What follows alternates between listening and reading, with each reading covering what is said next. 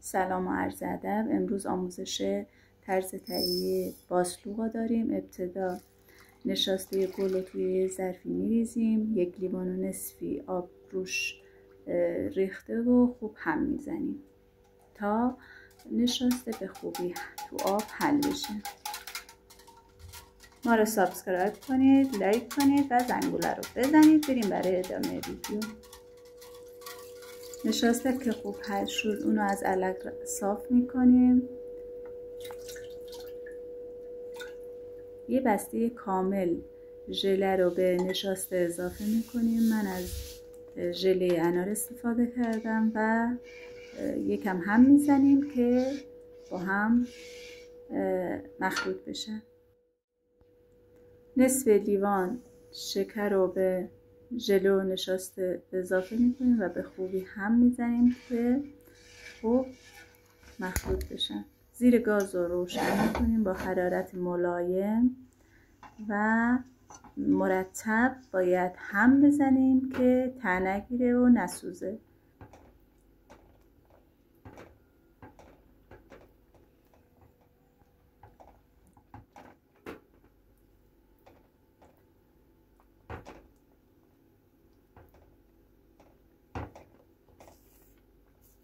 دو قاشق غذاخوری روغن یا کره به باسلوق اضافه میکنید و به خوبی باید هم بزنید که مخلوط بشه.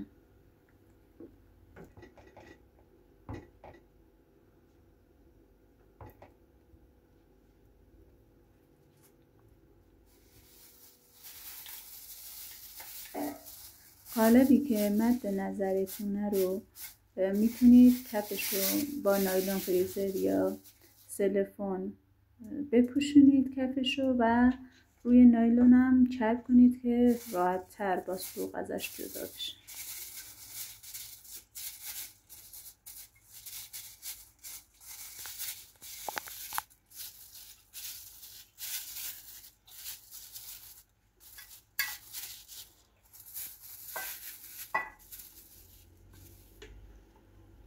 مواد باسلوقمون رو به قالبمون انتقال میدیم و خوب پهنش میکنیم.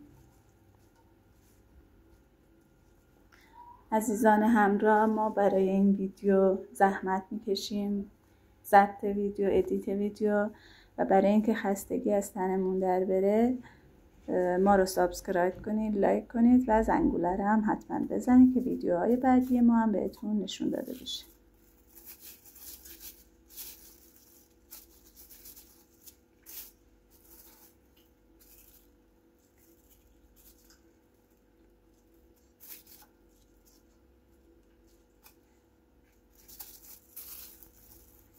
من از 2 رنگ ژله استفاده کردم، یکی ژله انار و یکی هم ژله پرتقال. باسلوقا رو تو قالب خوب پهن میکنیم و به مدت 4-5 ساعت میذاریم داخل یخچال.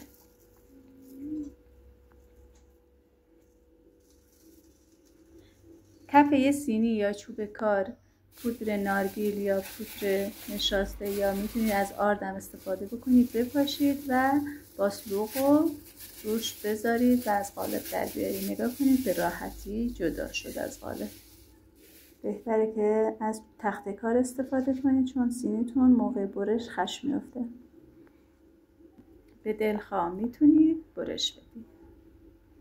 من از چاقو استفاده کردم، با لبه تیزیش نه، با پشت چاقو که تیز نیست برش دادم. باید به خوبی باسلوقا رو به پودر نارگیل یا پودر نشاسته یا آرد آغشته کنید که به هم نچسبه.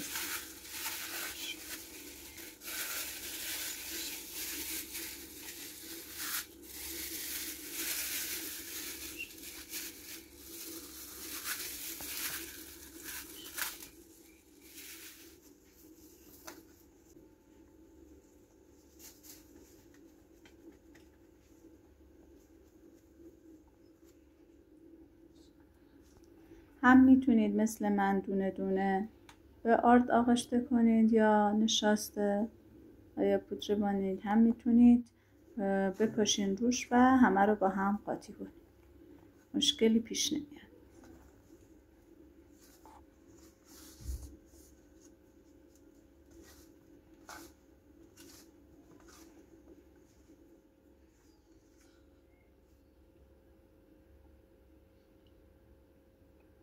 باسلوقا رو داخل یه ظرف چیدم و درش رو میبندم، میذارم داخل یخچال که هر وقت دوست داشتم ازش بخوریم و استفاده کنیم و لذتش رو ببریم. امیدوارم شما هم درست کنید و لذتش رو ببرید و لطفاً ما رو حمایت کنید، لایک کنید، سابسکرایب بکنید، زنگوله رو بزنید.